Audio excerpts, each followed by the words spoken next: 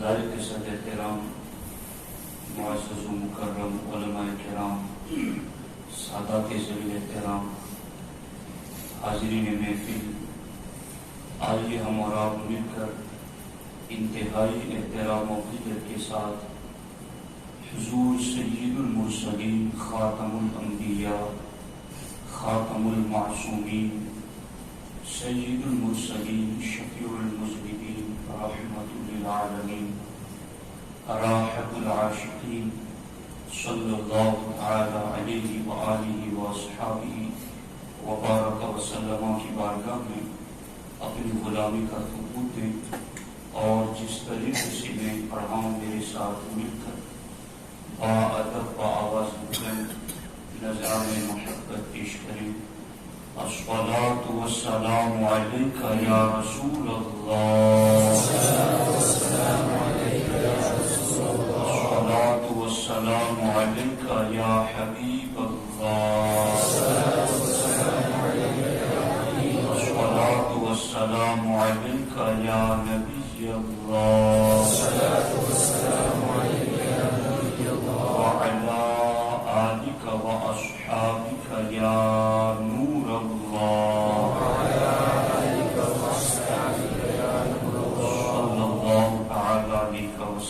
صلی اللہ تعالی علیہ وسلم۔ لحد میں عشق رخ شہ کا داغ لے کے چلے، اندھیرے قبر سنی تھی چراغ لے کے چلے، تیرے غلاموں کا نقش قدم ہے راہ خدا، وہ کیا بہت سکے جو یہ سراغ لے کے چلے۔ دوستان محترم، آج کا یہ سنی اجتماع حضرت سیدنا پیر چھتر علیہ الرحمہ کی عرس کے حوالے سے منعقد ہے۔ اللہ رب العزت صاحب مزار کے فیض سے ہم سب کو مالا مال فرمائے۔ جس طرح کہ حضرت علامہ الطاف صاحب کی مصباحی نے مجھ سے پیشتر بتایا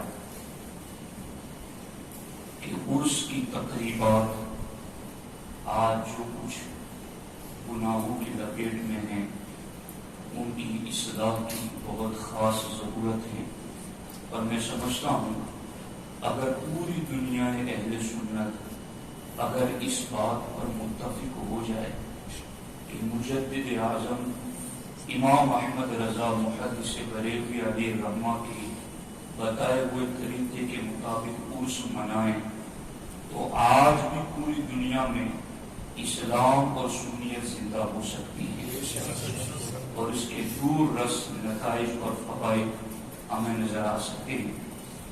اللہ رب العزت حضرت کو جزائے خیر عطا فرمائے، انہوں نے اس ایک نیک کام کے لیے اس علاقے میں آغاز بھی فرمایا اور لوگوں کے لیے ایک نمونہ بھی پیش فرمایا۔ اللہ تعالی ہمیں اولیاء اللہ کے حقیقی فیضان سے بہراور فرمائے۔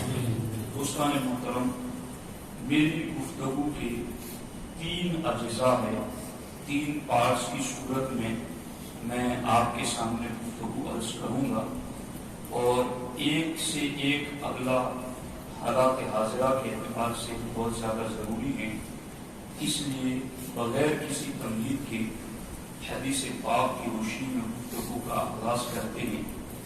حضرت سیدنا ابو ذر غفاری رضی اللہ تعالی عنہ سے روایت ہے، فرماتے ہیں کہ ایک مرتبہ اللہ کے رسول صلی اللہ تعالی علیہ وآلہ وسلم ہمارے درمیان تشریف لائے، اور سرکار دو عالم صلی اللہ تعالی علیہ وسلم نے ہم سے ارشاد فرمایا، اتدرون ای الاعمال احب الی اللہ تعالی، اے میرے صحابہ کیا تم جانتے ہو کہ اللہ کی بارگاہ میں سب سے زیادہ محبوب عمل کون سا ہے؟ احب الاعمال الی اللہ تعالی، کہ اللہ کی بارگاہ میں احب عمل کون سا ہے؟ اس کو سنیں گے تو آپ کو احب بھی سمجھ میں آئے گا اور افضل بھی سمجھ میں آئے گا۔ ہر احب افضل ہو یہ ضروری نہیں، لیکن ہر افضل احب ہو یہ ضروری ہے۔ اس سلسلے میں اللہ کے رسول علیہ السلام نے خود سامنے سے فرمایا اتدرون ای الاعمال احب الی اللہ تعالی، کیا تم جانتے ہو کہ اللہ کی بارگاہ میں سب سے زیادہ محبوب ترین عمل کون سا ہے؟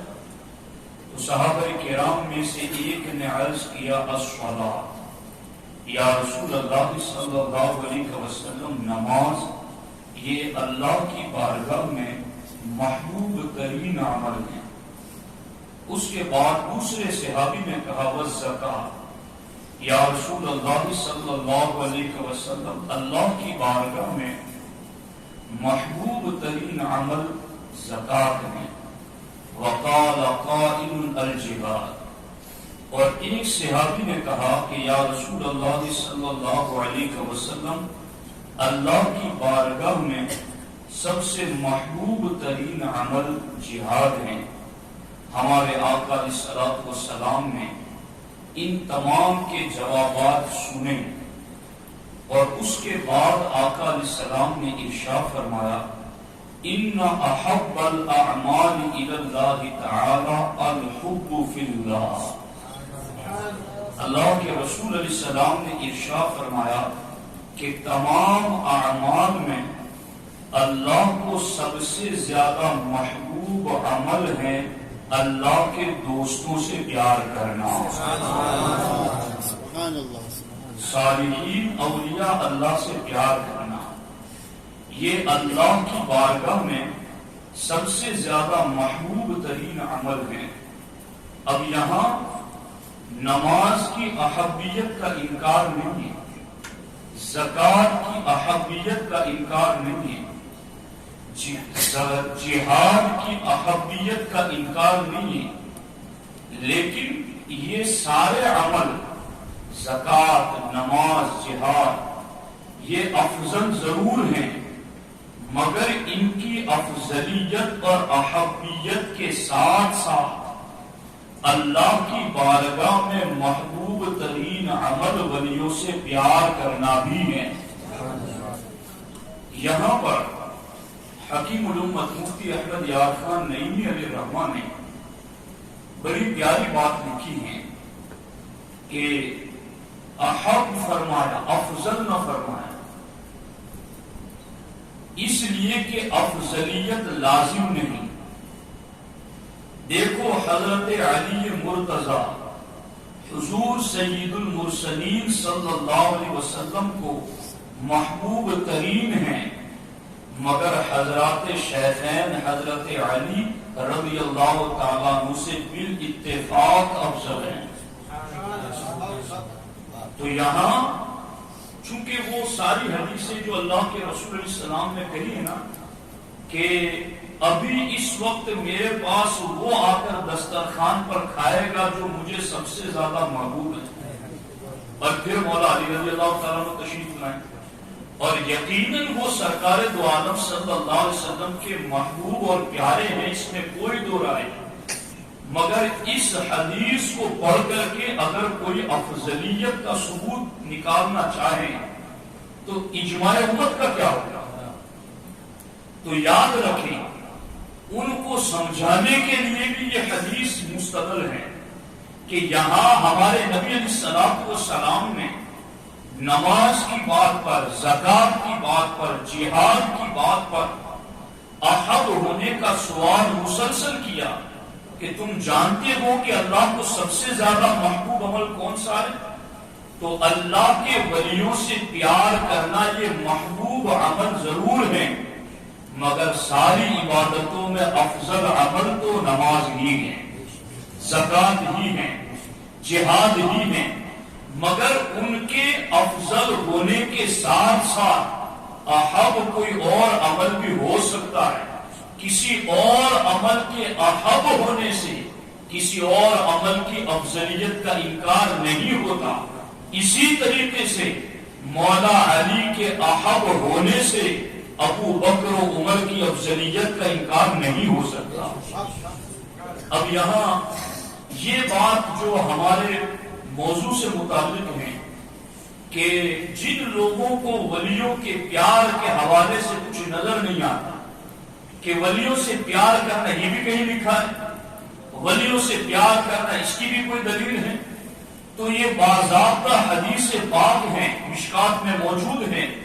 ہمارے آقا علیہ السلام نے صحابہ کرام سے پوچھ کر انہیں علم پر آمادہ کیا اور ان کا شوق جاگا، تو پھر سرکار نے بتایا کہ اللہ کی بارگاہ میں اللہ کو راضی کرنے کے لیے جہاں نماز عبادت محبوب ہے، جہاں زکات عبادت محبوب ہے، جہاں جہاد عبادت محبوب ہے، وہیں پر اللہ کو راضی کرنے کے لیے ولیوں کا پیار بھی اللہ کا محبوب عمل ہے۔ اگر ولیوں سے بندہ پیار کرتا ہے تو یہ بھی اللہ کو راضی کرنے والا عمل ہے۔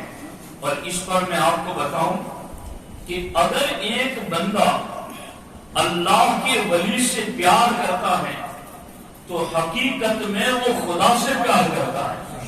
ہمارے آقا علیہ السلام نے ارشاد فرمایا ما احب عبد عبدا للہ الا اکرم ربہ تعالی۔ حضرت مسند امام احمد بن حنبل میں یہ روایت موجود ہے۔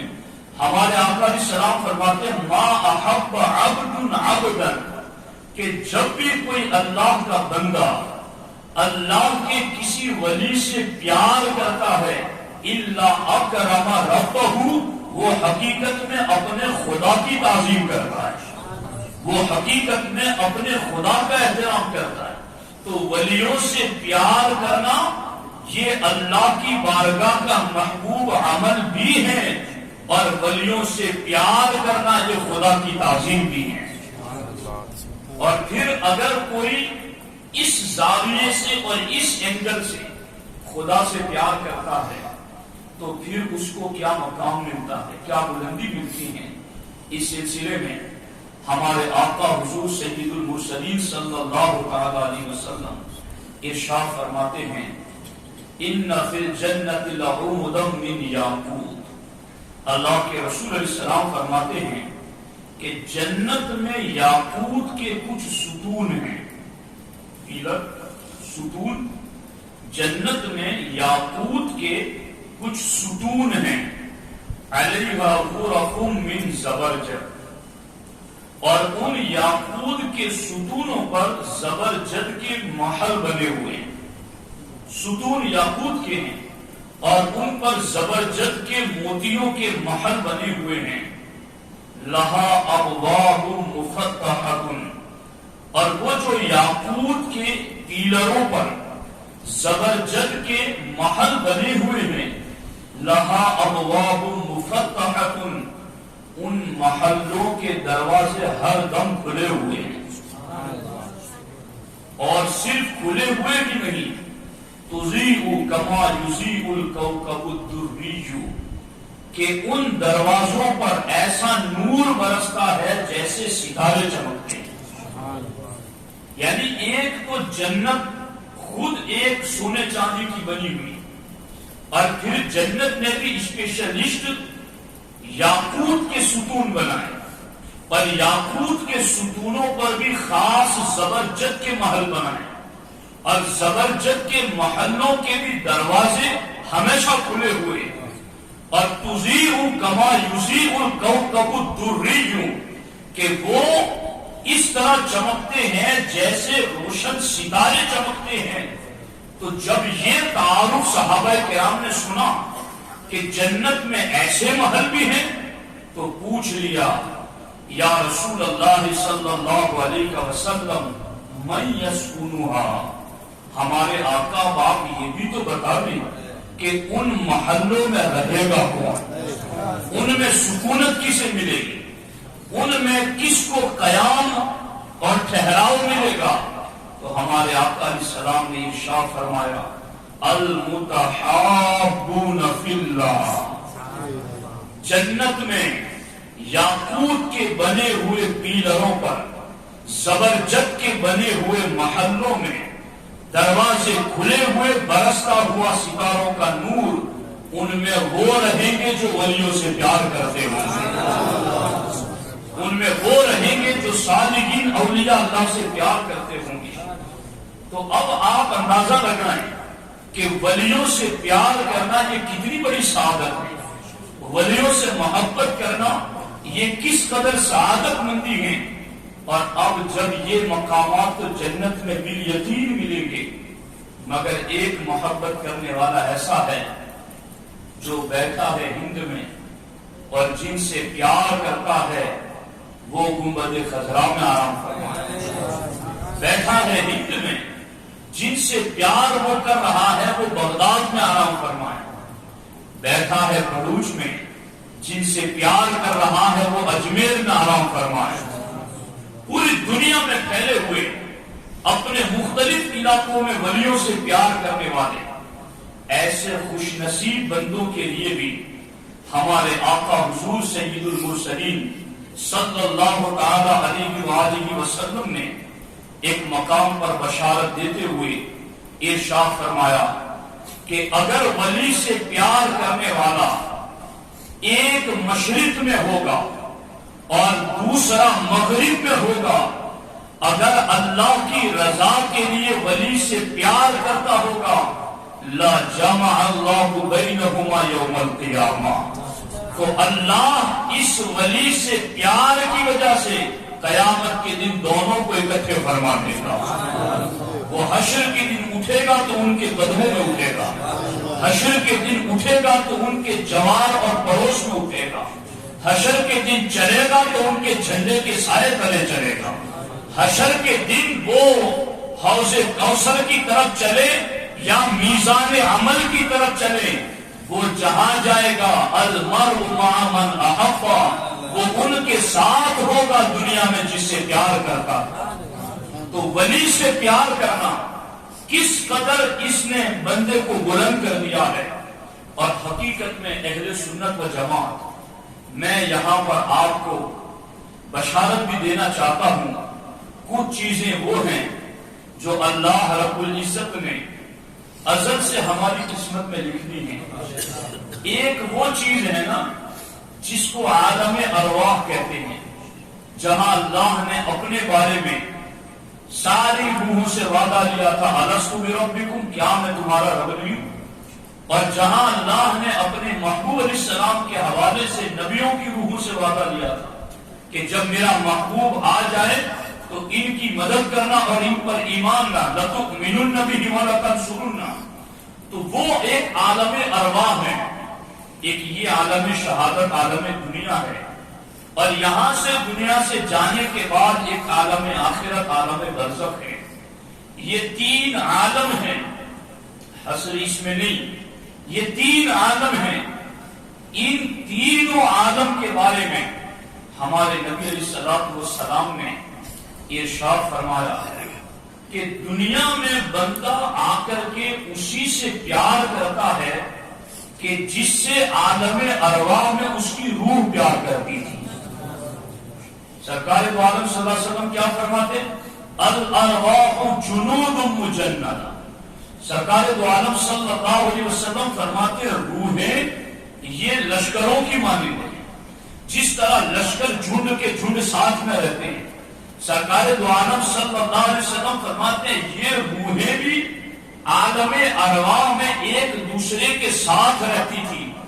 فما تعارف منها ائترف، تو عالم ارواح میں جن کی روحیں آپس میں ایک دوسرے کو پہچانتی تھی، ائترف، جب وہ روحیں جسموں میں دنیا میں آئی تو بھی دنیا میں اسی سے پیار کرنے لگی، اس سے محبت کرنے لگی۔ تو وہ عالم ارواح میں جس کی روح سے پیار کرتی تھی، زمین پر آنے کے بعد وہ روح جب جسم میں آئی تو جس سے عالم ارواح میں اس روح نے پیار کیا تھا، اب وہ اگرچہ بغداد میں ہے، وہ اگرچہ مدینہ المنورہ میں، وہ اگرچہ اجمیر کی دھرتی پر ہے، وہ اگرچہ پوری دنیا میں پھیلے ہوئے صالحین نیک لوگ ہیں، مگر زمانوں کا بوجھ اور زمینوں کا بوجھ یعنی زمینی اعتبار سے کوئی کہیں پیدا ہوا، کوئی کہاں پیدا ہوا، اور زمانے کے اعتبار سے کوئی کب پیدا ہوا، کوئی کب پیدا ہوا، مگر ہمارے نبی فرماتے گئے زمانوں کا اور زمینوں کا دور ہونا یہ اس روح کو محبت کرنے سے مانے نہیں ہے جو روح عالم ارواح میں کسی سے پیار کرتی تھی۔ اب اے عاشقان رسول اور حضرت پیر چھتر علی رحمہ سے پیار کرنے والوں، سلطان الہند اور غوث اعظم سے پیار کرنے والوں، اولیاء صالحین سے عقیدت رکھنے والوں، میں تمہیں اس حدیث کی روشنی میں یہ بشارت سنا رہا ہوں کہ اگر آج ہم ان ولیوں سے پیار کرتے ہیں تو ہمارا ایمان اس بات پر یقین رکھتا ہے کہ ہماری روح عالم ارواح میں ان ولیوں کی روحوں کے قدموں میں ضرور موجود تھی۔ وہاں ان ولیوں کی روحوں کے قریب ہماری روحیں تھیں، ائتلفا، اس لیے زمین پر آ کر کے ان ولیوں سے پیار کر بیٹھی، اس لیے زمین پر آ کر کے ان ولیوں سے محبت کرنے لگی۔ اور میں تو ان دو کو سن کر خوش ہوں کہ جب دو جہانوں میں ہم قریب ہیں تو تیسرے جہان میں بھی انشاءاللہ قریب ہیں۔ عالم ارواح میں جب ہماری روحیں ان ولیوں کے قریب تھی، اور اسی کا صدقہ ہے کہ دنیا میں ہم ان سے قریب ہوئے، اور جب عالم ارواح اور عالم شہادت دونوں میں ہماری روح ولیوں سے قریب ہے تو پھر عالم آخرت میں ضرور ہم ان کے قریب رکھیں گے۔ تو یہ اہل ایمان کو اس کی لذت آ سکتی اور وہ محسوس کر رہے ہیں، مگر جو تیرے در سے یار پھرتے ہیں، در بدر یوں ہی خار پھرتے ہیں، اس گلی کا گدا ہوں میں جس میں مانگتے تاجدار پھرتے ہیں۔ ہمارا ولیوں سے پیار ہے، اور اس پیار پر ہی آگے اجر و ثواب اور بشارتیں ہیں۔ اس سلسلے میں مزید ایک بشارت سنا کر گفتگو کے دوسرے جز کی طرف آؤں۔ ہمارے آقا علیہ الصلوۃ والسلام فرماتے ہیں، کبھی آپ کو کوئی حدیث پوچھ سکتا ہے کہ ولیوں سے پیار پر کیا اجر ملتا ہے، یا اس پیار کی کوئی بشارت ہے حدیث میں، تو اب سنو اور دلیلیں یاد رکھنا شروع کر دو۔ اور الحمدللہ ہمارے مولانا الطاف صاحب اور ہمارے جتنے بھی ساتھی ہیں بفضلہ تعالی میں ان کے بیانات بھی سننے کی سعادت حاصل کرتا ہوں، تو میں محسوس کرتا ہوں کہ یہ دلائل سے بھرپور گفتگو ہوتی ہے۔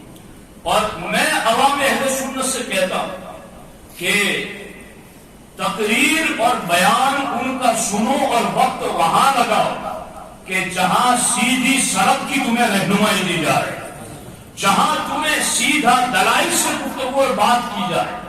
چٹکلے باز اور محض ٹائم پاس اب ہم اس وقت میں نہیں ہیں، یہ وقت ہمارے لیے دلائل کا وقت ہے، اور میں علماء اہل سنت کا ایک خادم ہوں، ان کی خدمت میں بھی دست بستہ ہاتھ جوڑ کر عرض کرتا ہوں، دنیا بہت دور نکل چکی ہے، اور پوری دنیا کے کلمہ گو وہ اہل سنت پر بھی ٹوٹے پڑے ہیں، اور ہمارے ہی بندوں کو لوگ کھینچ رہے ہیں۔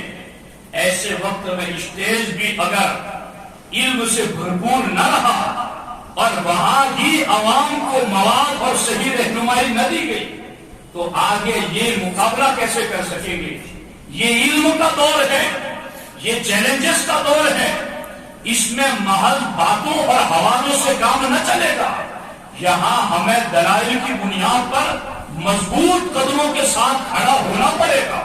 اور ہم تو شکر گزار ہیں ان بزرگوں کے کہ جنہوں نے خون پسینہ بہا کر ہمارے لیے ساری دلیلیں ہی کتابوں میں لکھ دی۔ پڑھنے کی ضرورت ہے اور پڑھ کر کے اسے عوام کو سمجھانے کی ضرورت ہے۔ اب دیکھو کہ ولیوں سے پیار کہاں سے کہاں تک بندے کو پہنچاتا ہے۔ ہمارے آقا علیہ السلام فرماتے ہیں، ان رجلا زار اخن له فی قریۃ اخری، ایک بندہ اپنی بستی سے چلا، سفر کیا، اب یہاں وہ وہابی لوگ بھی اپنا علاج ڈھونڈ لیں کہ جن کو شد رحال کا معنی پتا نہیں، لا تشد الرحال الا ثلاثۃ مساجد، کہ وہ معاذ اللہ رب العالمین اس حدیث کو پڑھ کر کے وہ یہ کہہ رہے گئے کہ معاذ اللہ رب العالمین گنبد خضرا کی طرف حضور کے روزے کی زیارت کی نیت سے بھی چلا تو معاذ اللہ گناہ ہو جائے گا، معاذ اللہ حرام ہو جائے گا۔ دلیل کیا پیش کرتے ہیں؟ لا تشد الرحال، کہ دیکھو اللہ کے رسول علیہ السلام نے فرمایا کہ سفر کرو تو صرف 3 مسجدوں کی طرف۔ انہیں یہ کہاں پتا ہے کہ اس حدیث کا مطلب کیا ہے؟ ایسا تو ہے نہیں کہ یہ حدیث کی تشریح کسی نے آج تک کی ہی نہ ہو اور ہم تک اس کا روایت کے ساتھ معنی بھی نہ پہنچاؤ۔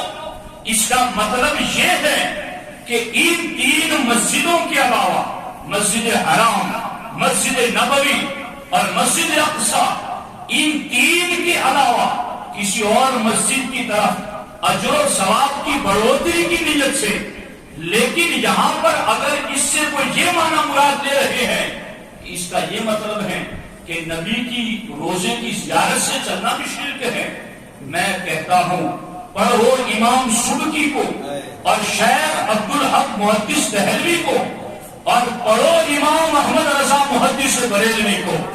وہ تو یہ کہتے ہیں کہ کعبے کا نام تک نہ لیا، طیبہ ہی کہا، پوچھا تھا ہم سے جس نے کہ نہضت کدھر کی ہے، ہمیں تو کسی نے پوچھا تھا تو ہم نے یہی کہا ہم کعبہ بعد میں دیکھنے جاتے ہیں، پہلے اپنے نبی کا روزہ دیکھنے جاتے ہیں۔ اور ہمارے بعض بزرگوں نے تو یہاں تک لکھا کہ جو دربار رسالت میں حاصل ہو وہ یہ بھی نہ کہے کہ میں مزار کی زیارت کے لیے جا رہا ہوں، وہ یہ کہے میں اپنے آقا کے دربار میں جا رہا ہوں۔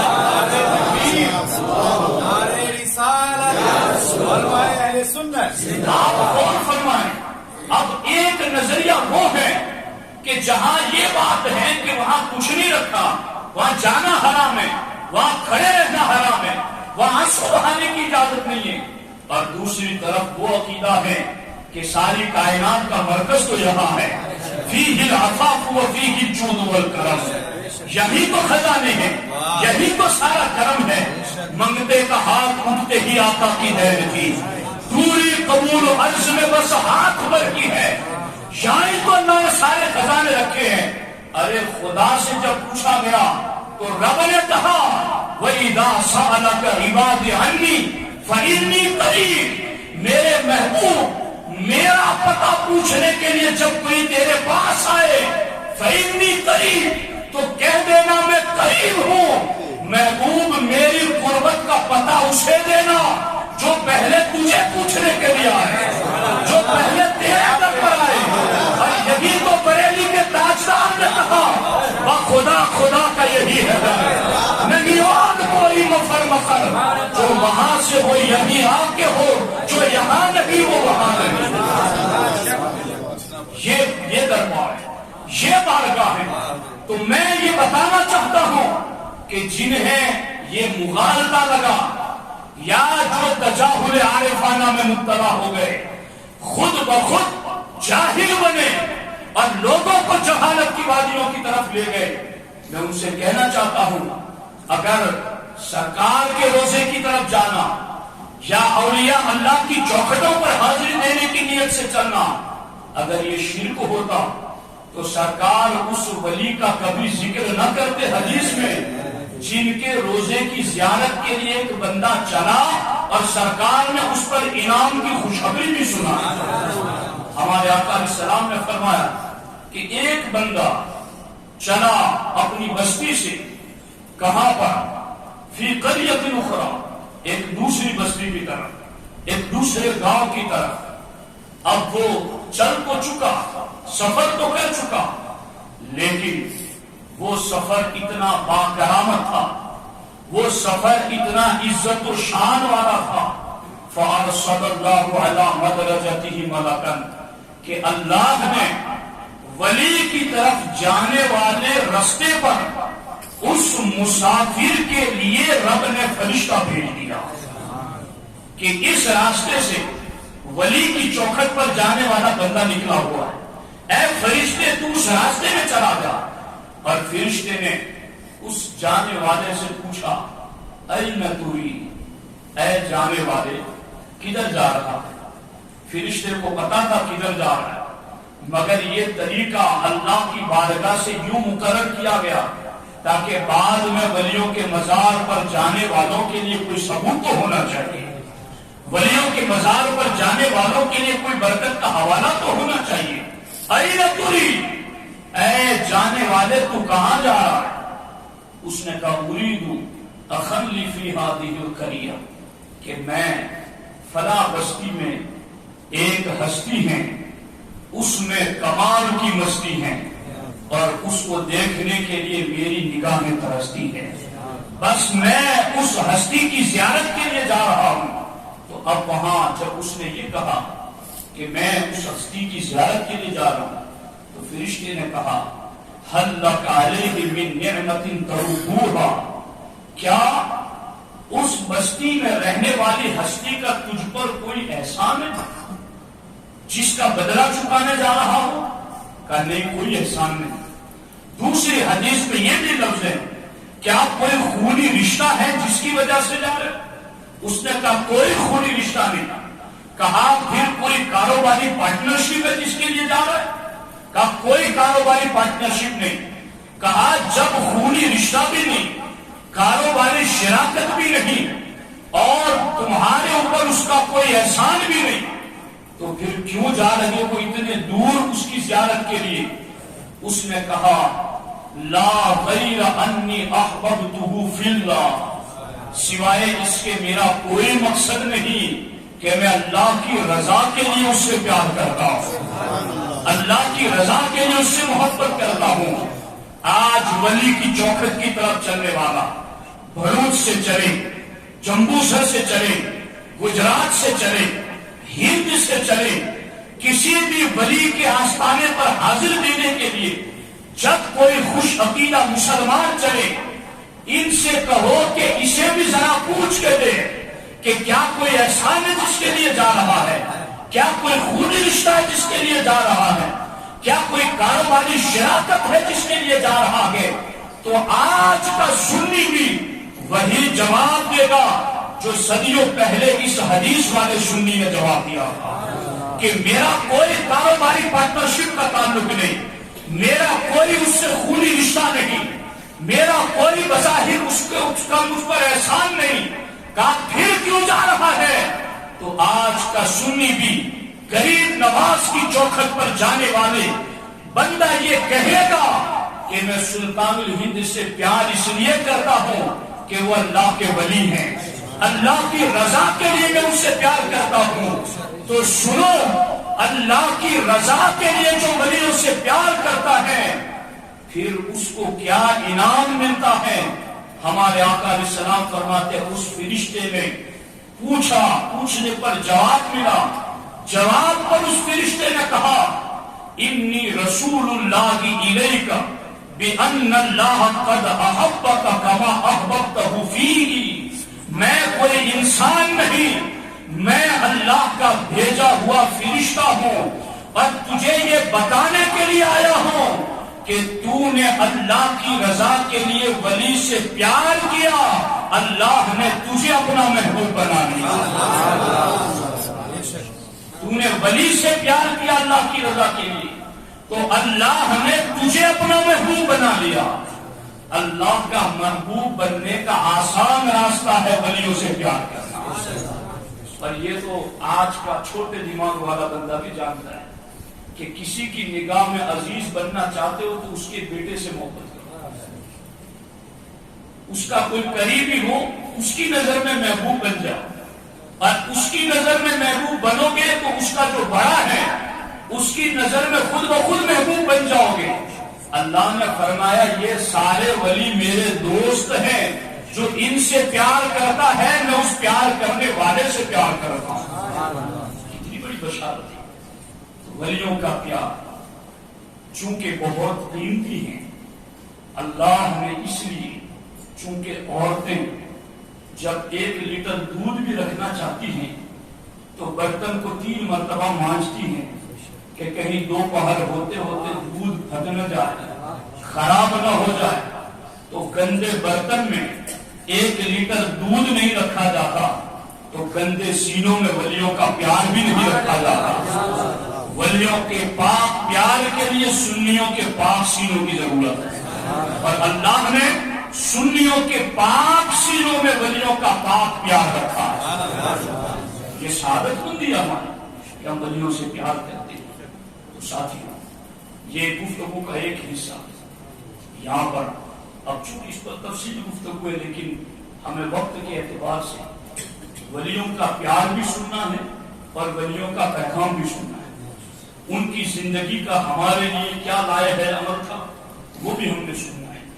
اب یہاں خاص طور پر یہ بات ضروری ہے، اہل سنت و جماعت میں جیسا کہ حضرت مولانا الطاف صاحب مصباحی نے بھی فرمایا کہ جہاں اہل سنت و جماعت کے اندر فساد اور بگاڑ کے بہت سارے اسباب اور عوامل ہیں، وہیں پر ولیوں کا جو سلسلے رشد و ہدایت ہے، اس سلسلے پر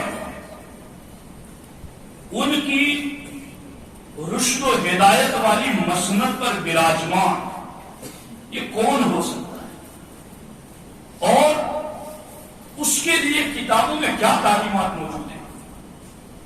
اگر میں مفتی نہیں ہوں، میں عالم نہیں ہوں، اور مجھے لے جا کر اگر مسند افتاء پر بٹھا دیا جائے تو میں سوائے نقصان کے اور کیا کروں، چونکہ مجھے پتہ ہی نہیں ہے۔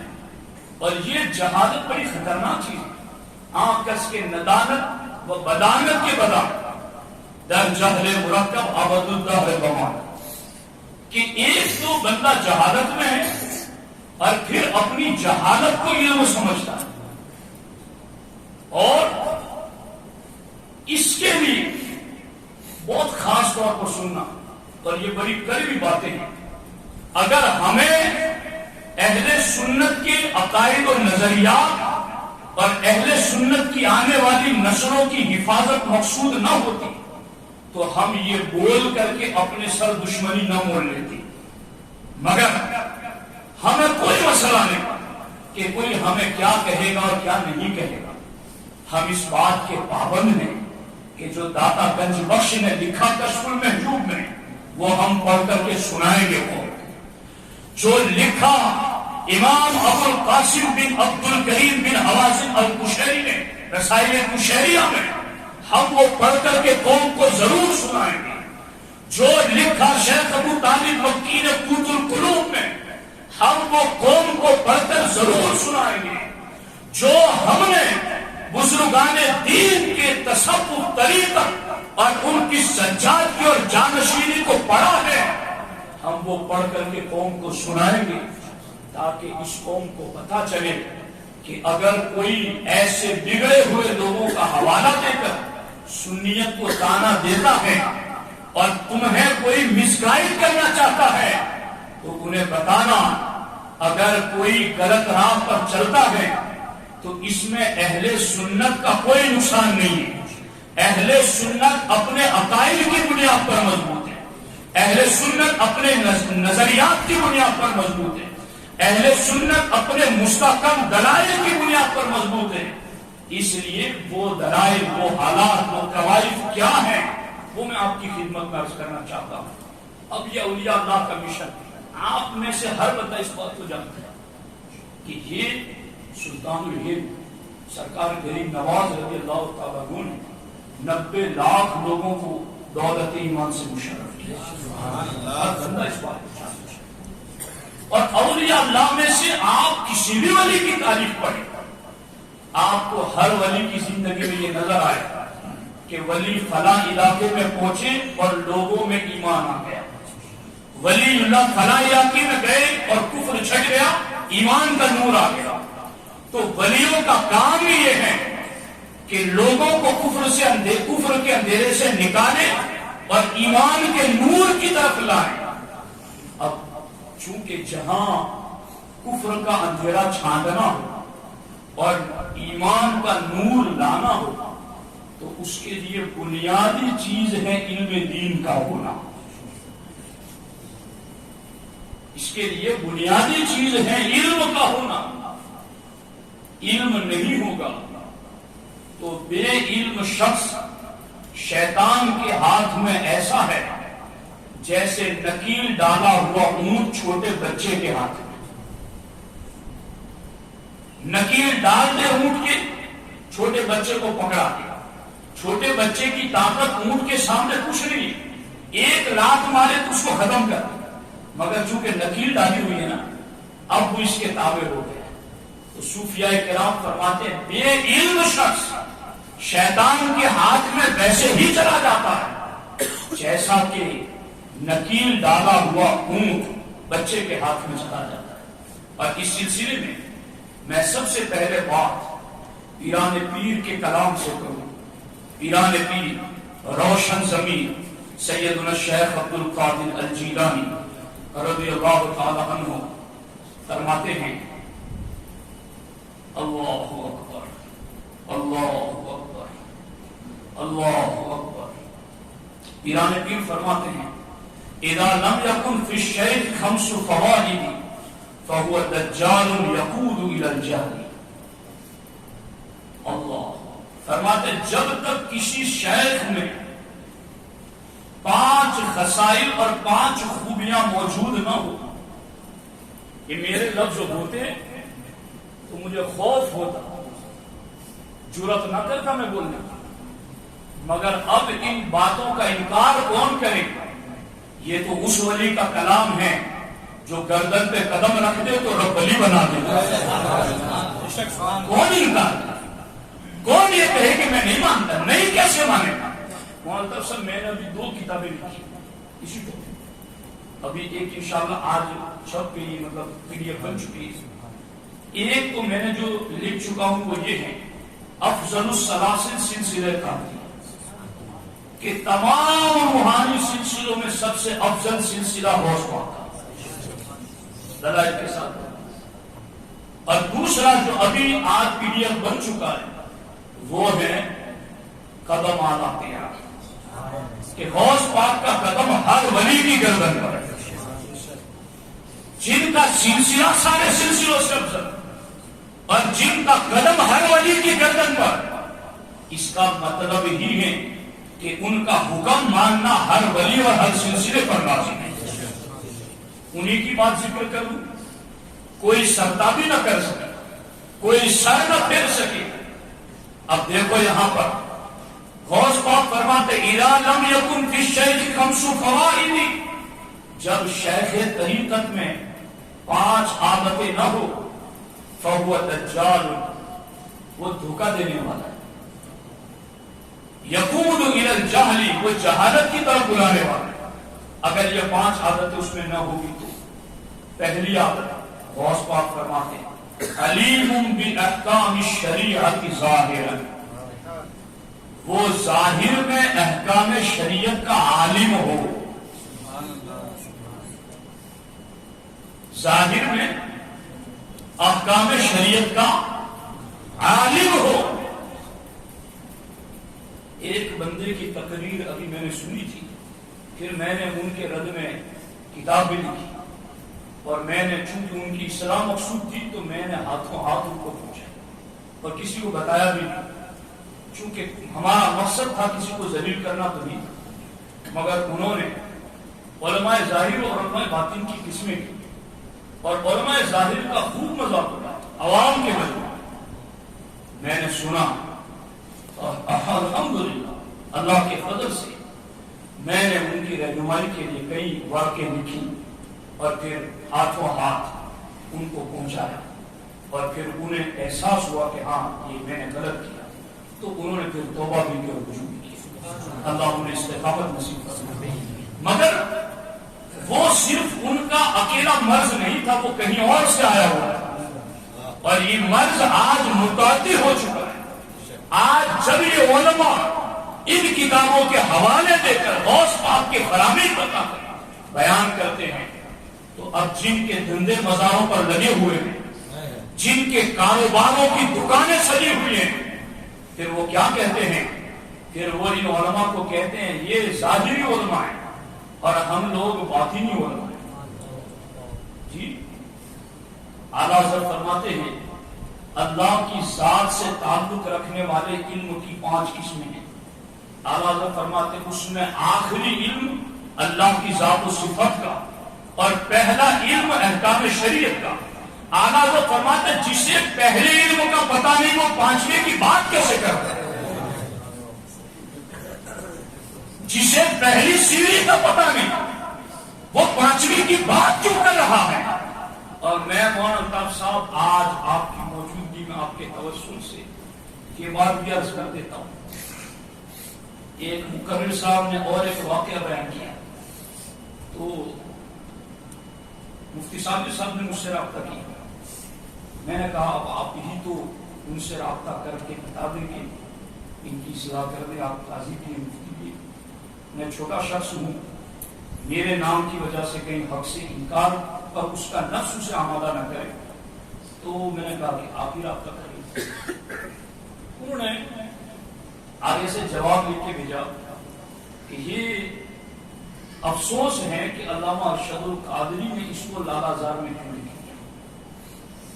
میں نے تو لالہ زار سے یہ واقعہ بیان کیا تو میں نے بتایا مفتی صاحب کو کہ لالہ زار یہ اردو کے حسن ادب کے لیے لکھی گئی ہے. ہم اپنے طالب علمی کے زمانے سے جانتے ہیں کہ اس کے واقعات کا کوئی اعتبار ہو اس لیے نہیں لکھی گئی.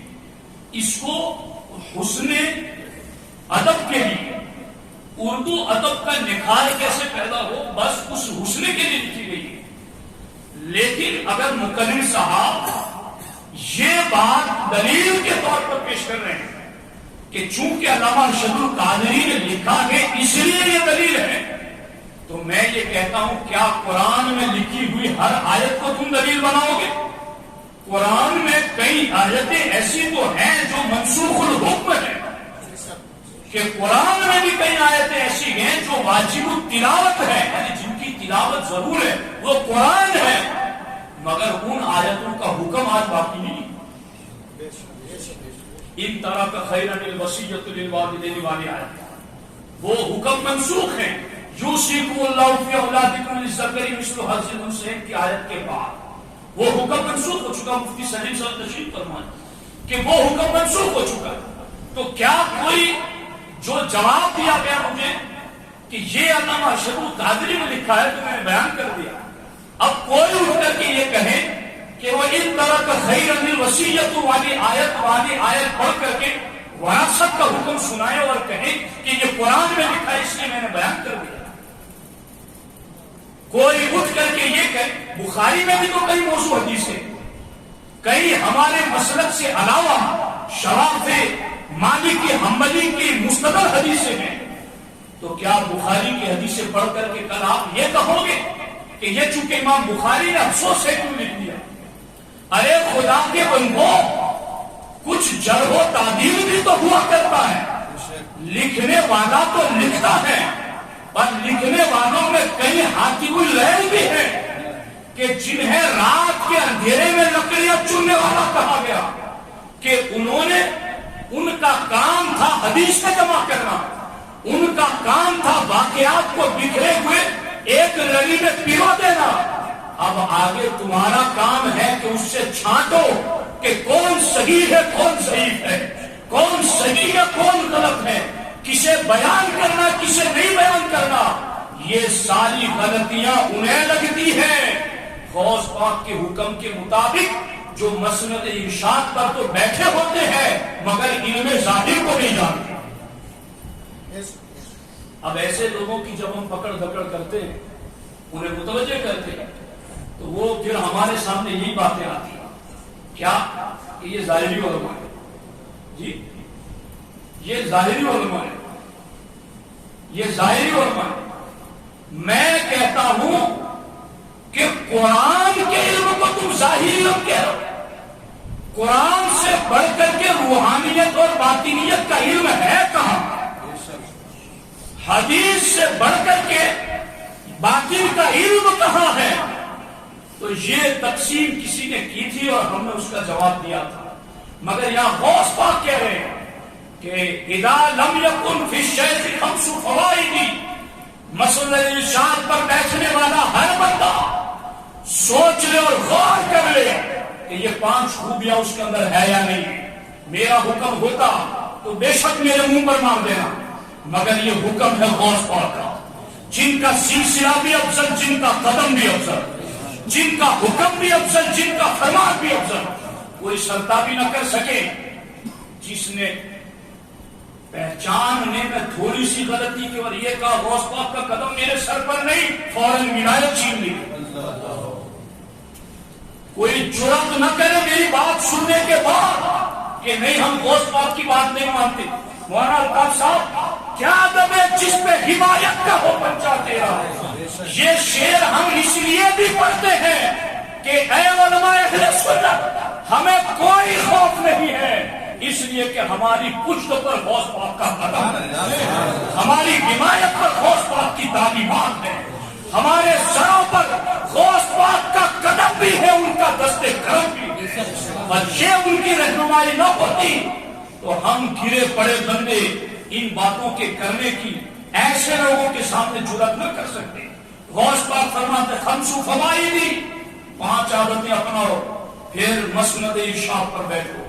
کون سی؟ پہلی چیز علیم باحکام الشریعت ظاہرا، کہ ظاہر شریعت کے علم، احکام کا علم حاصل کرو۔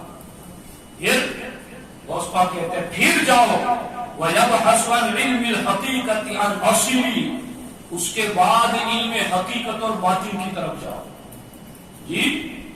وَيَظْهَرُ لِلْوَالِدِ بِالْبُشْرَى وَيَخْضَعُ لِلْمِسْكِينِ بِالْقَوْلِ وَالْفِعْلِ۔ فرماتے ہیں ایک عادت اس میں یہ بھی ہونی چاہیے کہ جو اس کے پاس آئے اس کے ساتھ حسن اخلاق سے پیش آئے جی۔ وَيَخْضَعُ لِلْمِسْكِينِ بِالْقَوْلِ وَالْفِعْلِ، اور مسکینوں کے لیے اپنی بات اور اپنے عمل سے عاجزی اختیار کریں۔ مسکینوں کے لیے جی، گرے پڑے کمزور غریب لوگ، ان کے لیے عاجزی اختیار کریں۔ یہ غوث پاک کا کام ہے۔ اب میں اس پر تبصرے میں کیا کروں، آپ اہل علم آپ سمجھ سکتے ہیں کہ غریب تنگ دست لوگوں کے لیے اپنی زبان سے بھی عاجزی اختیار کریں، اپنے عمل سے بھی عاجزی اختیار کریں۔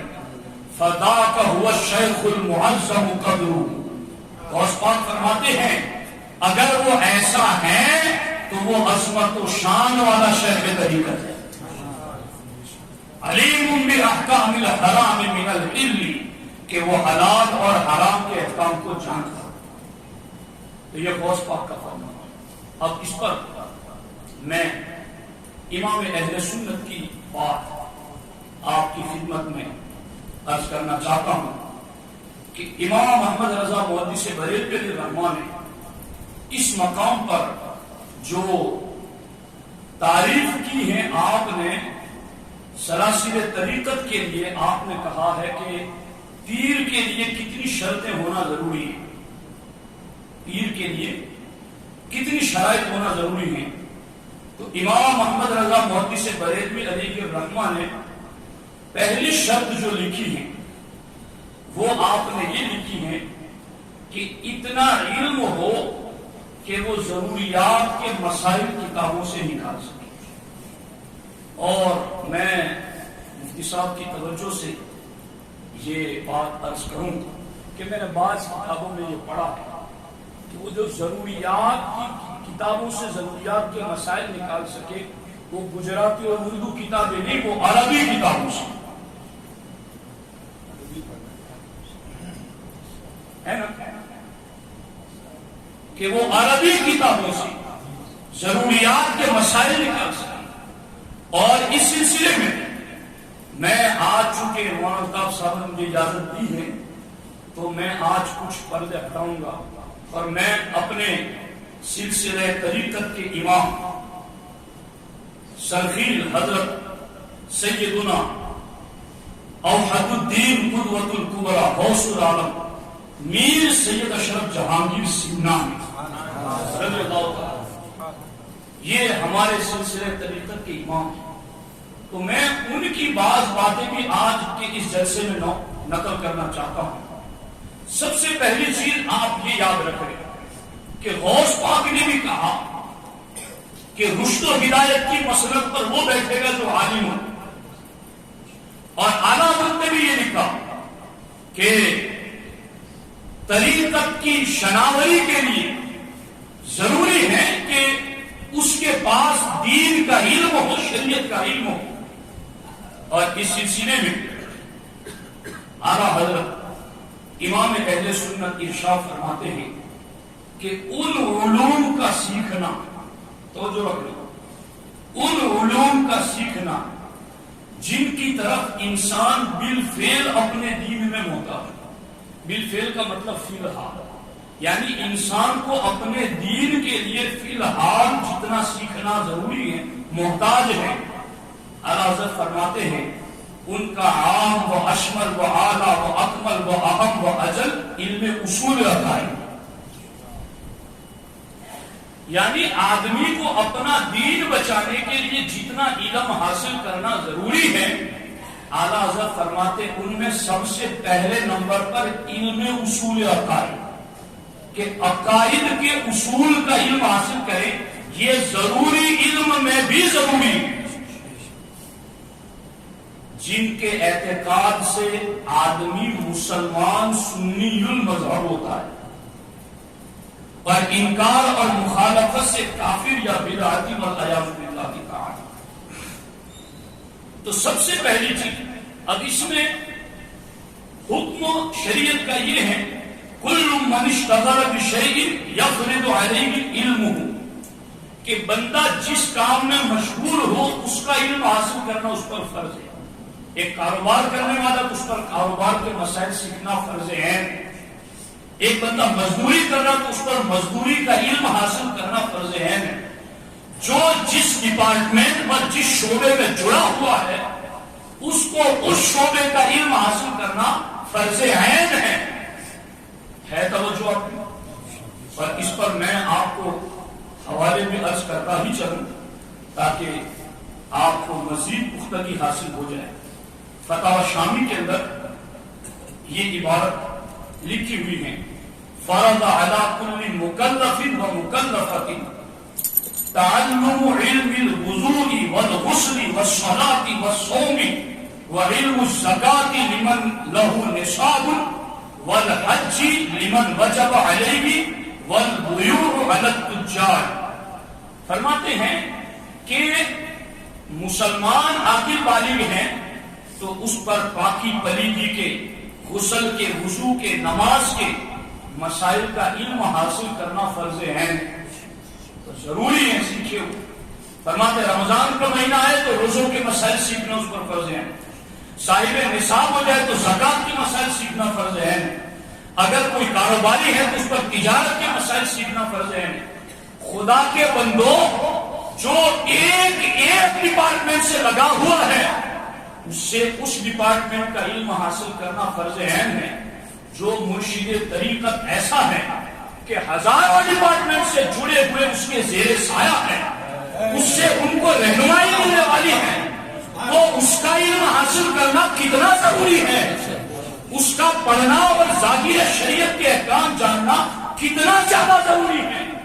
اب اس پر میں سرکار مخدوم پاک رضی اللہ تعالی عنہ وارضاہ عنہ کی دو فرامی آپ کی خدمت میں عرض کرنا چاہتا ہوں. لطائف اشرفی میں مخدوم پاک فرماتے ہیں جس شخص کی زندگی میں صرف ایک ہفتہ باقی رہا ہو اس کو چاہیے کہ وہ علم فقہ یعنی مسائل کا علم سیکھنے میں مشغول ہو جائے. ایک ہفتہ جس کی زندگی باقی، مخدوم پاک فرماتے ہیں وہ علم فقہ حاصل کرنے میں مشغول ہو جائے. اور سرکار مخدوم پاک رضی اللہ تعالیٰ عنہ فرماتے ہیں لطائف اشرفی میں کہ دین کا ایک مسئلہ جاننا 1000 رکعت نفل سے بہتر ہے. کتنا ضروری تھا علم پڑھنا. یہ مخدوم پاک نے طریقت والوں کے لیے ہی تو لطائف اشرفی لکھی ہے. تو پڑھو پڑھاؤ سنو سناؤ.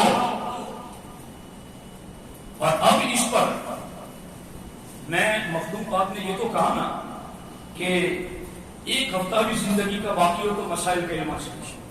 اور مخدوم پاک نے فرمایا نا کہ دین کا ایک مسئلہ جاننا 1000 رکعت نفل سے بہتر ہے. جنہوں نے علم کی اتنی اہمیت بیان کی نا، ان کا خود علم کے حاصل کرنے میں اپنا ذاتی عمل کیا تھا. میں مخدوم پاک کے حوالے سے عبارت پڑھ رہا ہوں.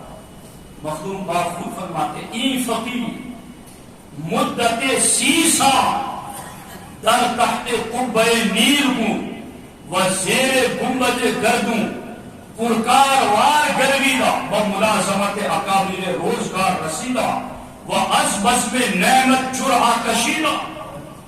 مخدوم پاک فرماتے ہیں آپ نے وہ جو ہمارے بچے اسکول میں پڑھتے ہیں نا، تو وہ گول دائرہ بنانے کے لیے انیا جو ہوتا ہے اس کو پرکار کہتے ہیں، اردو میں اس کو پرکار کہتے ہیں. وہ بیچ میں رکھ کر کے ہمارا بچہ ایک طرف پینسل کو ڈال کر کے پورا گول دائرہ بناتا ہے. مخدوم پاک فرماتے ہیں میں پوری دنیا کے ارد گرد اسی طرح 30 سال تک علم دین حاصل کرنے کے لیے چکر لگا سکتا.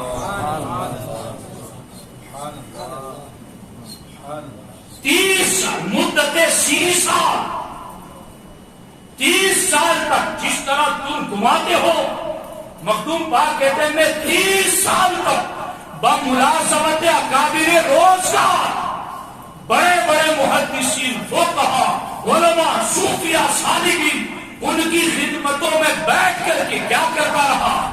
از بزم نعمت جرعہ کشیدہ، میں ان کی سنگتوں میں بیٹھ کر علم کے گھونٹ پیتا رہا. سبحان اللہ.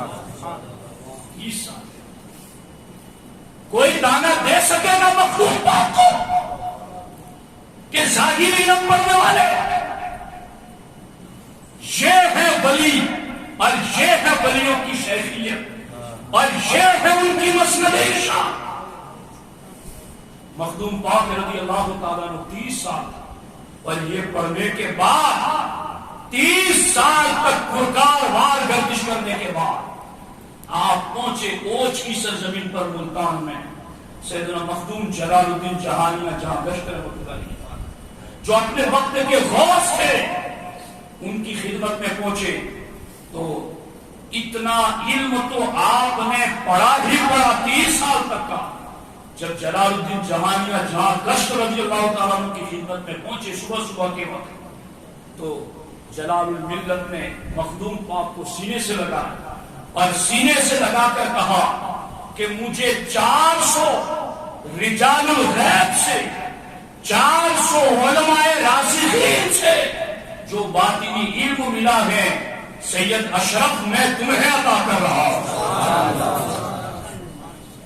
کون کہتا ہے علم کی ضرورت نہیں؟ بغیر علم کی یہ کشتی چلے گی کیسے؟ اور اب میں زیادہ آپ کو، مجھے نہیں پتا آپ کی طبیعتیں کتنی دیر تک بیٹھنے کی عادی ہیں، لیکن میں ایک واقعہ بتانا چاہتا ہوں اور اس واقعے میں میں لفظ پڑھ کر کے آپ کو سناؤں گا چونکہ کہیں کوئی مجھے مورد الزام نہ ٹھہرا. بات مجدد کی ہے اور لفظ بھی مجدد کی. میں صرف ناقل ہوں، لیکن ناقل بھی وہ نہیں جو پابند نہیں. میں ناقل بھی ہوں اور اس نقل کا پابند بھی ہے نا، نقل شرعی نقل عرفی وغیرہ. کچھ لوگوں نے مجھے یہ بھی کہا تھا مولانا کہ ہم بس کتاب سے نقل کر دینے کے پابند ہیں. حسین صاحب جانتے ہیں کہ ہم بس کتاب کا حوالہ دینے کے پابند ہیں کہ فلاں کتاب میں لکھا ہے. یہ کیسے چلے گا؟ آپ نقل کے پابند نہیں ہے، صرف نقل کیا ہے تو اس کی صحت، اس کے ذوق کے بھی آپ پابند ہیں. اس کے حوالے سے جو بھی نقل و جرح ہے اس کے آپ پابند ہیں اور اس پر میں پابند ہوں. مگر بات اپنی نہیں کر رہا ہوں، مجدد اعظم امام احمد رضا کی سبحان.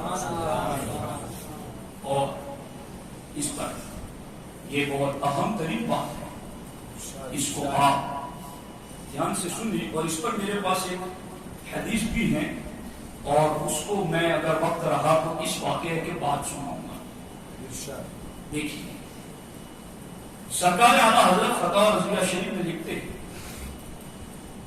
کہ حضرت سیدنا خواجہ مودود چشتی علیہ الرحمۃ سلسلہ چشتیہ کے جلیل القدر بزرگ اور سرداروں کی اولاد میں سے الحمدللہ ہمارے مشائخ طریقت میں سے، مگر ان کی ابتدائی حالت بیان کا اور اس سے مقصد ہمارا وہی ان سے فیض حاصل کرنا، ان کا طریقہ لینا ہے۔ فرماتے ہیں کہ خواجہ مودود چشتی جلیل القدر بزرگوں اور سرداروں کی اولاد میں سے تھے۔ ان بزرگوں کے بعد آپ اپنے آباء و اجداد کے منصب پر بیٹھے، سجادگی، ہزاروں لوگ مرید ہوئے، مگر صاحبزادہ صاحب ابھی نہ تو عالم ہوئے تھے نہ ہی راہ طریقت میں کسی کامل مرشد کی تعلیم حاصل کی۔ اللہ تعالیٰ کی عنایت ان کے شامل حال ہوئی کہ ان کی تعلیم و تربیت کے لیے حضرت شیخ الاسلام سید احمد نامتی جامع علیہ الرحمہ کو عالم روحانیت سے ان کے علاقے ہرات بھیجا گیا ان کی تعلیم و تربیت کی۔ جب سیدنا احمد جامع علیہ الرحمہ ہرات پہنچے تو سیدنا احمد جامی کی کرامتیں دیکھ کر کے لوگ ان کے مرید ہو گئے، اور جب سیدنا احمد جامی رضی اللہ تعالیٰ عنہ کی شہرت پھیلی اور لوگ ان کے مرید بننے لگے تو سیدنا خواجہ مودود چشتی علیہ الرحمہ کو یہ بات ناگوار محسوس ہوئی اور انہوں نے ارادہ کیا کہ حضرت احمد جامی کو ملک سے نکال دیا۔ حالانکہ وہ تو بھیجے ہی گئے تھے ان کی تربیت کے لیے، مگر چونکہ انہوں نے ابھی تک علم حاصل نہیں کیا تھا تو وہ یہ چاہتے تھے کہ اس کو اپنے ملک سے باہر نکال دیا۔ چنانچہ مریدوں کا لشکر لے کر حرکت میں آ گیا۔ خواجہ مودود چشتی علیہ الرحمہ حضرت شیخ الاسلام احمد جامی رحمۃ اللہ علیہ کے ساتھیوں کو اس بات کی اطلاع ملی کہ خواجہ مودود چشتی اپنے ساتھیوں کو لے کر ہمارے پیر کو نکالنے کے لیے حرکت میں آ چکے ہیں، لیکن ان مریدوں نے ادب کی وجہ سے اپنے پیر سیدنا احمد جامی کو بتایا، مگر احمد جامی رحمۃ اللہ علیہ جانتے تھے کہ کیا حالات چل رہے ہیں، جانتے تھے۔ ایک دن جب صبح کا کھانا حاضر کیا گیا سیدنا احمد جامی رحمۃ اللہ علیہ کی بارگاہ میں تو آپ نے فرمایا ٹھہرو، ابھی کچھ قاصد آنے والے ہیں تو ان کو بھی ساتھ میں لے کے ہم کھائیں گے۔ تھوڑی دیر کے بعد خواجہ مودود چشتی علیہ الرحمہ کے قاصد حاضر آئے تو حضرت سیدنا احمد جامی رحمۃ اللہ علیہ نے انہیں بھی دسترخوان پر بٹھایا اور کھانا کھلایا، اور کھانا کھلانے کے بعد کہا اب تم بتاؤ گے کہ تم کیوں آئے ہو یا میں بتاؤں کہ تم کیوں آئے ہو، بتاؤ۔ تو وہ حیرت میں رہ گئے، انہوں نے کہا حضور آپ ہی بتائیں کہ ہم کیوں آئے ہیں۔ کہا تمہیں خواجہ مودود چشتی علیہ الرحمہ نے بھیجا ہے کہ جا کر مجھے یہ کہہ دو کہ تم ہماری ولایت میں کیوں آئے ہو، سیدھی طرح واپس جانا ہے تو چلے جاؤ ورنہ جس طرح چاہیں گے نکال دیں گے، تمہیں اس لیے بھیجا ہے۔ قاصدوں نے اس بات کی تصدیق کی کہ ہاں ہمیں خواجہ مودود چشتی علیہ الرحمہ نے اس لیے بھیجا ہے۔ حضرت خواجہ احمد جامی تو ان کی تربیت ہی کے لیے تو آئے تھے، تو مربی تو جانتا ہے نا تربیت کیسے کرنی ہے، تو انہوں نے وہ انداز اپنایا پھر تربیت کا۔ انہوں نے کہا کہ خواجہ مودود چشتی نے یہ کہا ہے کہ اپنی ولایت سے نکال دیں گے، تو اے آنے والوں ولایت سے مراد کیا ہے؟ اگر ولایت سے مراد یہ زمین اور دیہات ہے تو نہ یہ مودود چشتی کی ملکیت ہے نہ میری ملکیت، اور اگر ولایت سے مراد یہ قوم ہے تو پھر ان کا بادشاہ سرجن کا بادشاہ وہ پھر شیخ الشیوخ ہو جائے گا۔ اگر ولایت سے یہ لوگ مراد ہے تو ان کا بادشاہ تو وہ ہے، تو وہ پھر شیخوں کا شیخ کہا جائے گا۔ تو کہا اگر ولایت سے مراد زمین اور دیہات ہے تو یہ بھی نہیں، ولایت سے مراد عوام ہے تو یہ بھی نہیں۔ پھر انہوں نے کہا کہ اگر ولایت سے وہ مراد ہے جو میں جانتا ہوں اور ولی جانتا ہوں تو ہم کل انہیں سمجھانے کے لیے آ جائیں گے کہ ولایت کا کام کیا ہوتا ہے، ہم کل انہیں سمجھانے کے لیے آئیں گے کہ ولایت کا کام کیا ہوتا ہے۔ قاصدوں کو یہ جواب دے کر بھیج دیا۔ رات دن اتنی بارش ہوئی کہ پانی بھر گیا۔ اب خواجہ احمد جامی رحمۃ اللہ علیہ کو جانا تھا ان کو بتانے کی ولایت کیا چیز ہے۔ مریدوں نے کہا کہ حضور پانی بھر چکا ہے، کیسے جائیں گے؟ حضرت نے فرمایا کہ کچھ مشکل نہیں، آج ہم اللہ ہی کریں گے۔ اور جب جنگل میں پہنچے تو دیکھا کہ لوگوں کا ایک بہت بڑا گروہ ہتھیار بند کھڑا ہوا ہے۔ تو خواجہ احمد جامی رحمۃ اللہ علیہ نے پوچھا کہ یہ کون لوگ جمع ہیں؟ بتایا گیا کہ یہ آپ کے مرید ہیں، انہیں پتا چلا ہے کہ خواجہ مودود چشتی آپ کے مقابلے میں آ رہے ہیں، تو یہ آپ کی حمایت میں کھڑے ہیں ہتھیار باندھ کے۔ تو آپ نے فرمایا خواجہ احمد جامی رحمۃ اللہ علیہ کہ انہیں واپس کر دو، تیر تلوار بادشاہ سنجر کے ہتھیار ہے، اولیاء کے ہتھیار تو اور ہی ہوتے ہیں، انہیں واپس کر دو، انہیں واپس کر دو، یہ ہتھیار ہمارے نہیں۔ اللہ الگر چند خدام کو لے کر خواجہ احمد جامی رحمۃ اللہ تعالیٰ ندی پر پہنچے، پانی خوب چڑھا ہوا تھا۔ آپ نے فرمایا ہم اللہ کریں گے۔ اس کے بعد آپ نے فرمایا کہ آنکھیں بند کر لو، بسم اللہ الرحمن الرحیم پڑھ کر چلو۔ لوگوں نے ایسا ہی کیا، جیسے ہی جس نے جلدی آنکھ کھولی اس کا صرف جوتا بھیگا، اور جس نے دیر میں آنکھ کھولی اس کا جوتا بھی خشک رہا، اور سمندر پر چلتے ہوئے پاؤ۔ جب اس سمت پہنچے خواجہ مودود چشتی علیہ الرحمہ کے قاصدوں نے جب یہ معاملہ دیکھا، فوراً جا کر صاحبزادہ صاحب کو اطلاع دی، مگر کسی کو یقین نہیں آتا۔ حضرت خواجہ مودود چشتی علیہ الرحمہ 2000 مسلح یعنی بالکل ہتھیاروں سے لیس فوج کو لے کر کے باہر تشریف لائے، لیکن جیسے ہی خواجہ احمد جامی رحمۃ اللہ علیہ کے اوپر نظر پڑی تو بے اختیار گھوڑے سے اتر گئے خواجہ مودود چشتی علیہ اور حضرت کے قدم چومنے کو، خواجہ احمد جامی رحمۃ اللہ علیہ کے قدم بوسی، اور حضرت خواجہ احمد جامی رحمۃ اللہ علیہ نے پیٹھ تھپ تھپا کر ارشاد فرمایا، ولایت کا کام دیکھا؟ یہ حضرت کے لفظ ہے، ولایت کا کام دیکھا؟ تم نہیں جانتے کہ اللہ والوں کی ولایت فوج اور اسلحے سے نہیں ہوتی؟ جاؤ سوار ہو، ان کو سوار کرتے سوار ہو، ابھی تم بچے ہو، تمہیں نہیں معلوم کہ تم کیا کرتے۔ پھر بستی میں آئے، بستی میں آئے تو ایک ہی محلے میں خواجہ احمد جامی ٹھہرے اور دوسری سمت میں خواجہ مودود چشتی علیہ الرحمہ ٹھہرے۔ اب دوسرے دن مرید کو کہاں ماننے والے تھے؟ پیران ہمیں پر مریدہ ہمیں پڑھانا، یہ کہاں ماننے والے تھے؟ انہوں نے خواجہ مودود چشتی رحمۃ اللہ علیہ کو پھر وعدہ لگایا کہ ہم کو احمد جامی کو نکال دینا چاہیے، اور آج یہ ہماری بستی میں ٹھہرے تو ہمارے لیے طریقہ آسان ہے۔ انہوں نے کہا، خواجہ مودود چشتی نے فرمایا، مودود چشتی رحمۃ اللہ علیہ نے فرمایا کہ دیکھو یہ اللہ کے محبوب بندے، ان سے گرنا ٹھیک نہیں ہے۔ آپ نے فرمایا ہم مرید نہیں مانیں۔ انہوں نے کہا کہ ہم ایک جاسوس مقرر کر لیتے ہیں کہ جب خواجہ احمد جامی کے دوپہر کے سونے کا وقت ہو تو وہ اکیلے ہوں گے اور ایک دو خاص خادم ہوں گے، تو ہم ان کے پاس چلے جائیں گے ذکر و شغل کے وقت، جب ذکر کے لیے آئے گا، اور ذکر کریں گے اور اسی ذکر کے درمیان ان پر حملہ کریں گے۔ یہ پلان بنایا، تو جب یہ پلان بن گیا دوپہر کے وقت حضرت سیدنا خواجہ احمد جامی رحمۃ اللہ علیہ کے آرام کا وقت ہوا، خادم نے بچھونا بچھانا چاہا، آپ نے فرمایا تھوڑی دیر ٹھہرو کچھ کام ہے، تھوڑی دیر کچھ ٹھہرو کام ہے۔ اچانک کسی نے دروازہ کھٹکھٹایا تو دیکھا خادم نے کہ خواجہ مودود چشتی علیہ الرحمہ ایک بہت بڑے گروہ کے ساتھ دروازے پر کھڑے ہیں۔ سلام کے بعد محفل شروع ہوئی، ساتھیوں نے ان کے نعرے لگانے شروع کر، انہوں نے اپنا فاسد ارادہ جو آئے تھے ساتھ میں پورا کرنے کا ارادہ کیا۔ اچانک خواجہ احمد جامی رحمۃ اللہ تعالیٰ نے سر مبارک اٹھا کر فرمایا، اے سہل تو کہاں ہے؟ ارے اے سہل تو کہاں ہے؟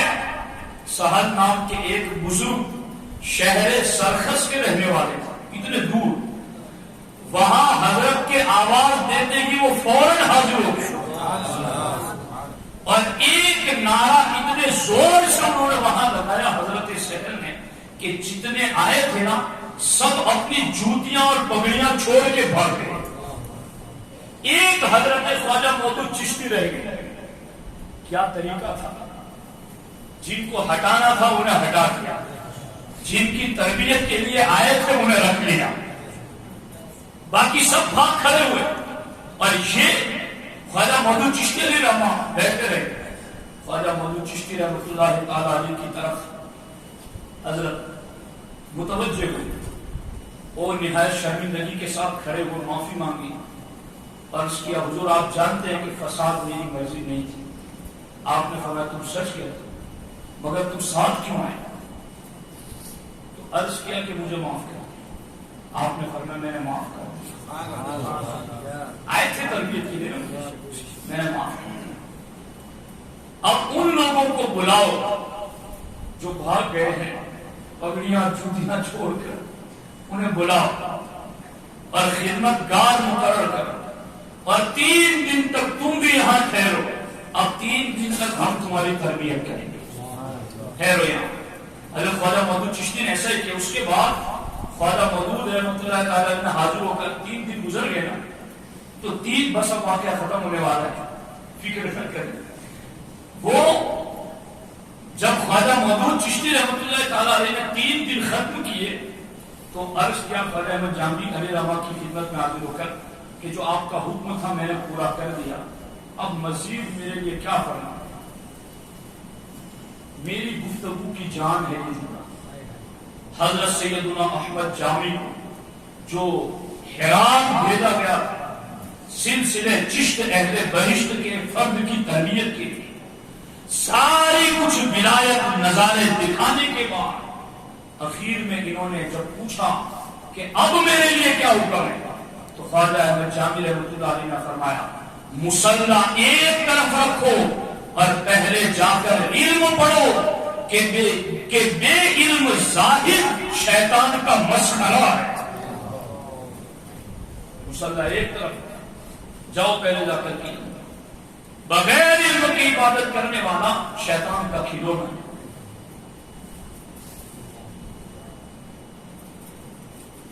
اب اگر کوئی خواجہ احمد جامی کے نقش قدم پر ہے تو کوئی خواجہ مودود چشتی کے نقش قدم پر چل رہے یار،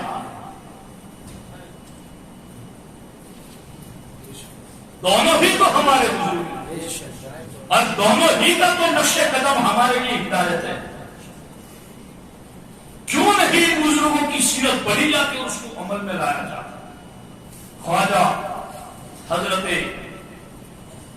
مودود چشتی نے یہ نہیں کہا کہ علم کیا ہوتا ہے، میں کیوں پڑھوں، میرے پاس تو آلریڈی مسند ہے، مجھے کیا ضرورت ہے، ہم باطنیت کے شہ سوار ہیں، ایسی کوئی بات نہیں، بلکہ انہوں نے کہا میں نے قبول کیا، اور کیا فرمان ہے، میں نے قبول کیا، آپ نے مصلح رکھوں گا، میں علم پڑھوں گا،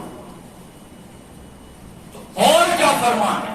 فرمایا جب علم حاصل کرنے سے فارغ ہو جاؤ تو پھر اپنا روحانی خاندان زندہ کرو، پھر سلسلے کا کام، پھر سلسلے پر پہرا، تمہارے آباء و اجداد اولیاء صاحب کرامات تھے، ان کا سلسلہ باقی رکھو، ان کے سلسلے کا کام کرو۔ خواجہ مودود چشتی علیہ الرحمہ نے کہا حضرت آپ مجھے اپنے آباء و اجداد کا سلسلہ زندہ کرنے کا فرماتے ہیں تو پہلے تبرکن مجھے مسند پر بٹھا دیا، مجھے تبرکن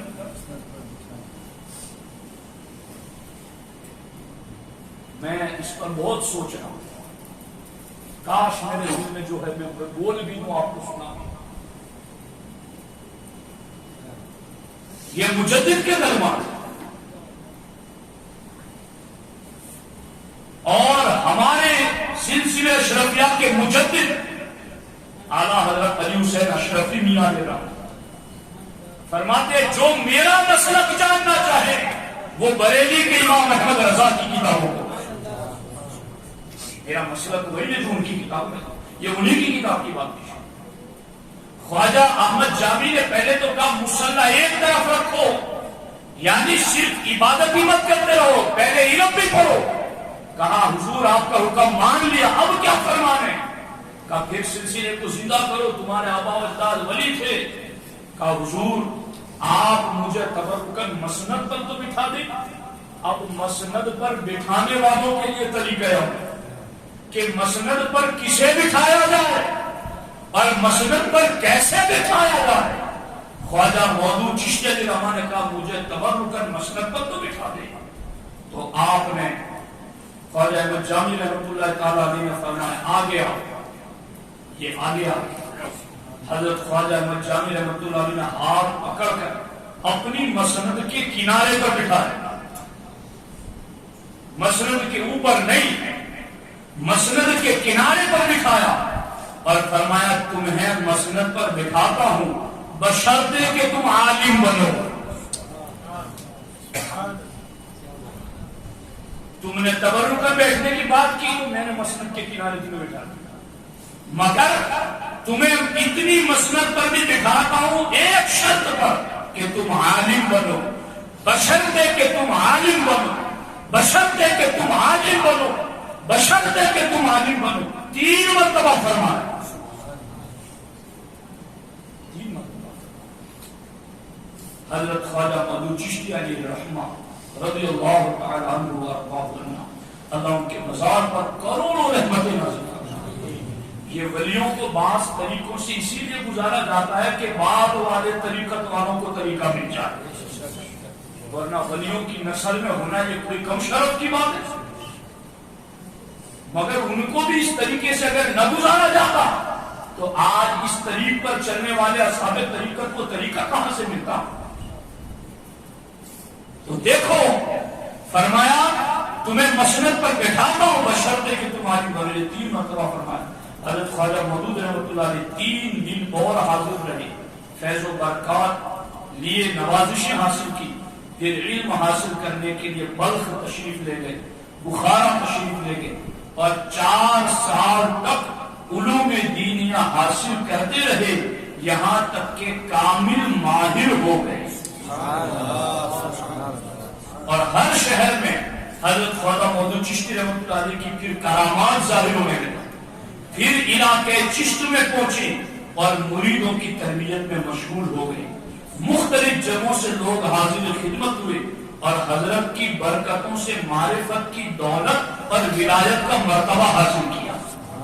یعنی اب جب علم آ گیا تو اب ان کے در پر بیٹھنے والے اللہ کے ولی بن گئے، اب ان کے در پر بیٹھنے والے معرفت کے شہنشاہ بن گئے۔ ساتھیو، جو ولی اپنی مسند ارشاد چھوڑ کر گئے، اس مسند ارشاد پر سے علم بندہ حاصل ہونا ضروری ہے، اور اس پر مزید گفتگو ہے، لیکن میں کبھی اس کو بعد میں عرض کروں گا۔ اللہ کریم کی بارگاہ میں دعا ہے اللہ تبارک و تعالی ہمارے سلاسل طریقت کو شاداب اور آباد رکھے، اور اللہ تعالیٰ ان کے روحانی فیوز و برکات سے ہم سب کو مالا مال فرمائے۔ السلام علیکم ورحمۃ اللہ۔